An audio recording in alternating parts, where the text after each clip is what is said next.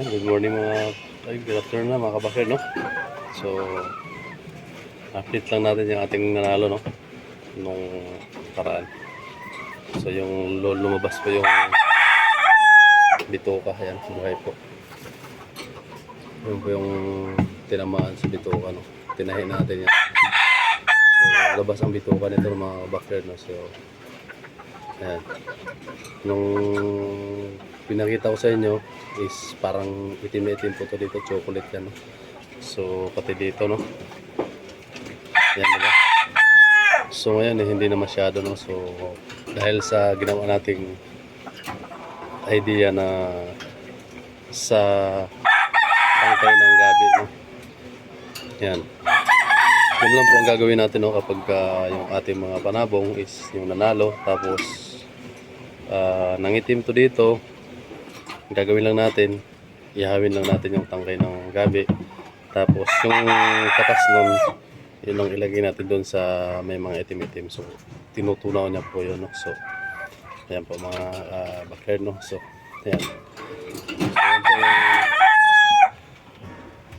7 months lang po ito, no, nung nanalo, no? So wala pang isang linggo.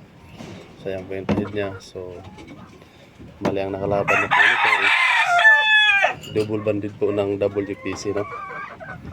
So yung ang laban nito is nasa video po ng Facebook po na Elmer Peruvian Trader. Andun po naka-update po yun, no? So yan na po yung update niya. So mabubuhay po siya.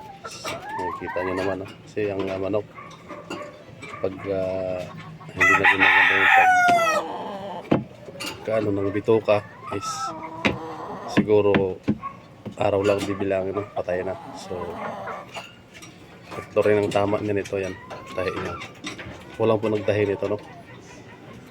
Kasi dati yung nasa summer pa ako, so pag naglalaban kami is ang ginagawa ko,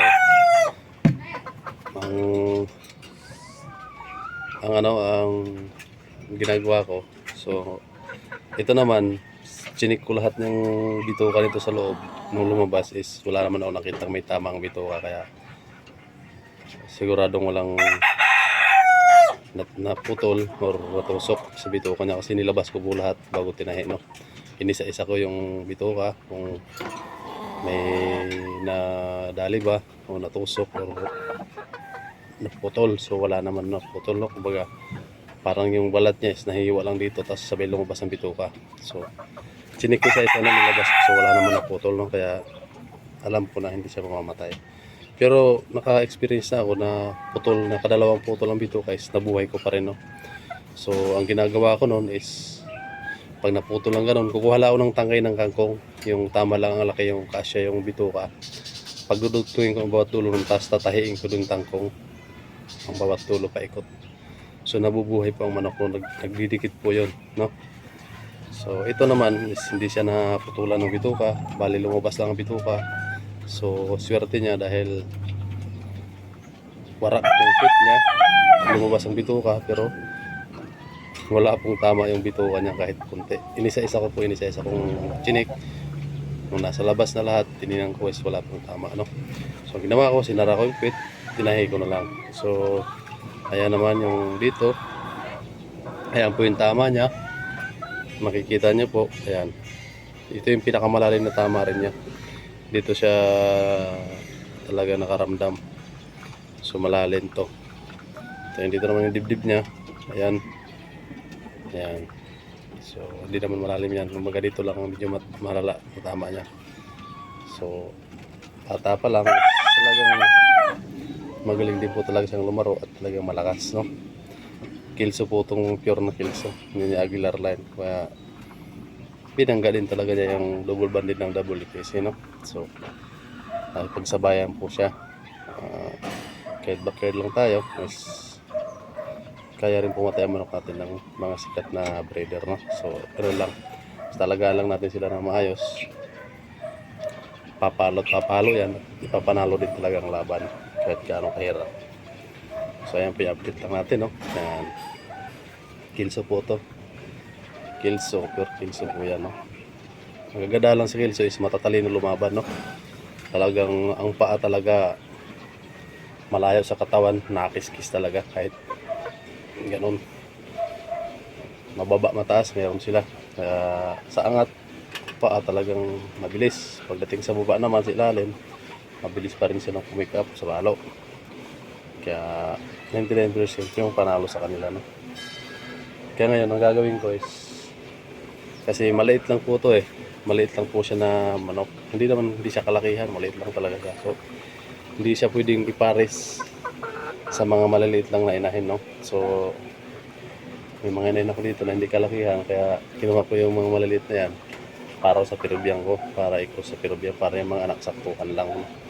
Hindi malaki, hindi maliit. So, ito naman, dahil maliit lang naman siya, so, meron tayong kinuha na isang Peruvian na Martin Wilder, no? Ito yung paparis natin dito sa kanya, no? So, hihintayin natin yung lumaki, no? So 4 months pa lang yun, so ipipakita natin yung paparis natin dito, no?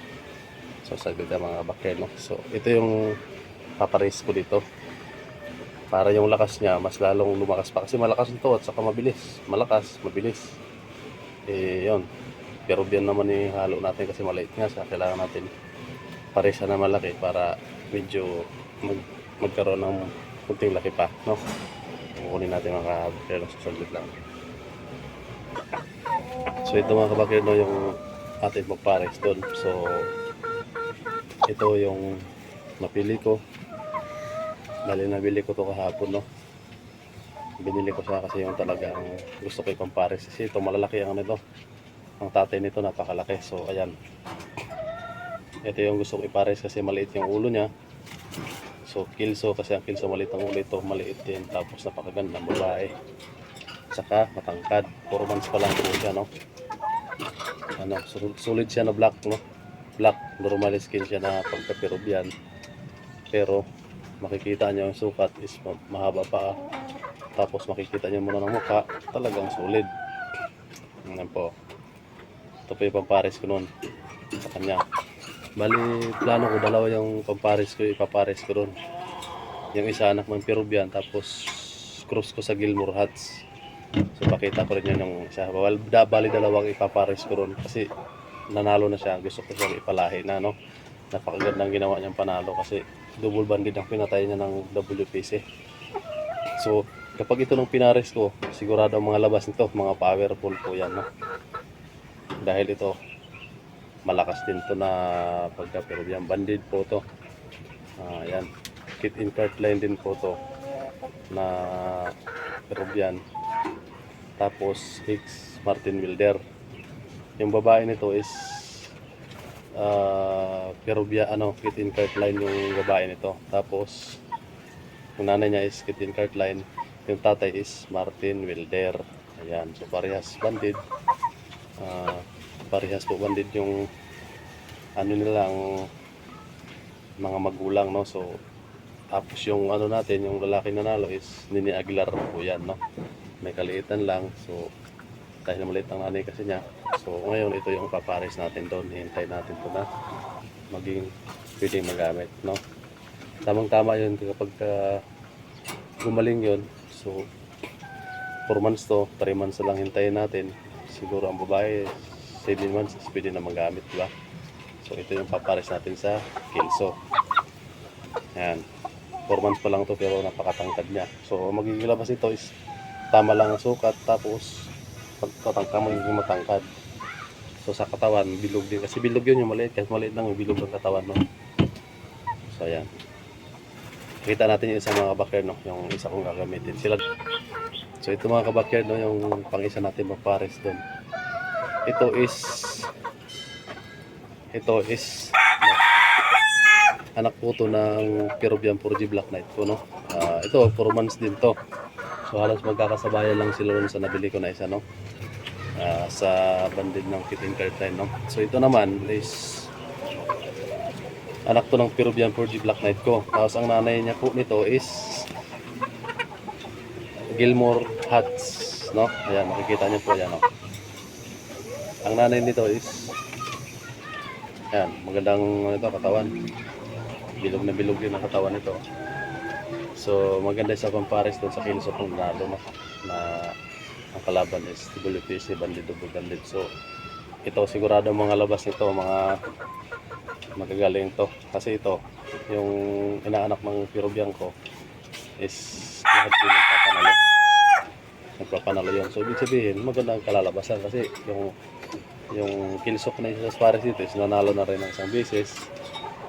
Double bandit ang pinatay ng WPC. So kapag ang anak nila nito is kahit kanino pwede na natin ibangga, no? Yung magiging labas nila nito, no? Yung mga pinakita ko na gagamitin ko. Yan po. So kapag ito naglabas, yung anak na noon nila, ayun, kahit kanino pwede na natin ibangga, no? Sigurado mga labas nito magagaling, malalakas dumalo. Kasi ito Gilmore Hats to, yung nanay nito, tatay niya is Peruvian Purdy Black Knight to. Yan, malaking inahin nito ang nanay niya, kaya malaki na rin po siya. So, yung unang-una yun po is ano yun, Kit in Cartline po yun yung nanay, tapos yung tatay Martin Wilder po yun, all black sa tatay nun. Yan, papalabas tayo ng mga ano, ng mga itim. Sana makaroon tayo ng lamang ang maging lalaki. Pero yung mga anka naman ito, yung tatay is maganda magbigay ng lalaki, lamang ang lalaki sa babae, no? So ayan, so ang lalaki, ayan po makikita nyo, magagandang babae. Ito talaga mga ano ko to, mga nasilik ko to sa lahat ng magkakapatid, no? Ito is akala ko patay na to kasi wala na, linapagon lang to sa taas ng yerro. Hindi ko lang kung nangyari sa kanya nun, wala naman sa sakit. Yung pagising ka na umaga, nanghihina, tapos hindi na nakakatayo. Hinayaan ko ng umaga, tapos pag ano ko ng hapon, kasi hinintay ko lang mamatay, humihinga pa. Ang ginawa ko, inupira ko pa ang butsi nito, nilinis ko ang butsi niya, tapos nilagyan ko ang amoxicillin saka sokal, tapos sabay tinahin ko. Kinahaponan, tumayo na at kumain na. Kaya ayan, nabuhay siya, kaya swerte ko.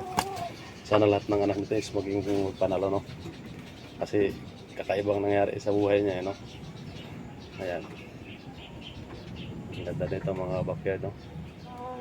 So dito tayo magpapalabas ng ang magiging linyada na nito nila. Siyempre yung Kilso, tapos ito naman Gilmore Hats ang nanay. So apat na dugo na papasok dito, no? Magiging may Gilmore na, may Hats, pero may Project Black Knight sa Kilso ang labas ng anak nito, no? May apat na linyada na yan, no? So hanggang dito lang mga kabakid, maraming salamat. Sana ingat tayo lahat at yan, maging humble lang tayo, no? So ayan, maraming salamat. God bless sa ating lahat.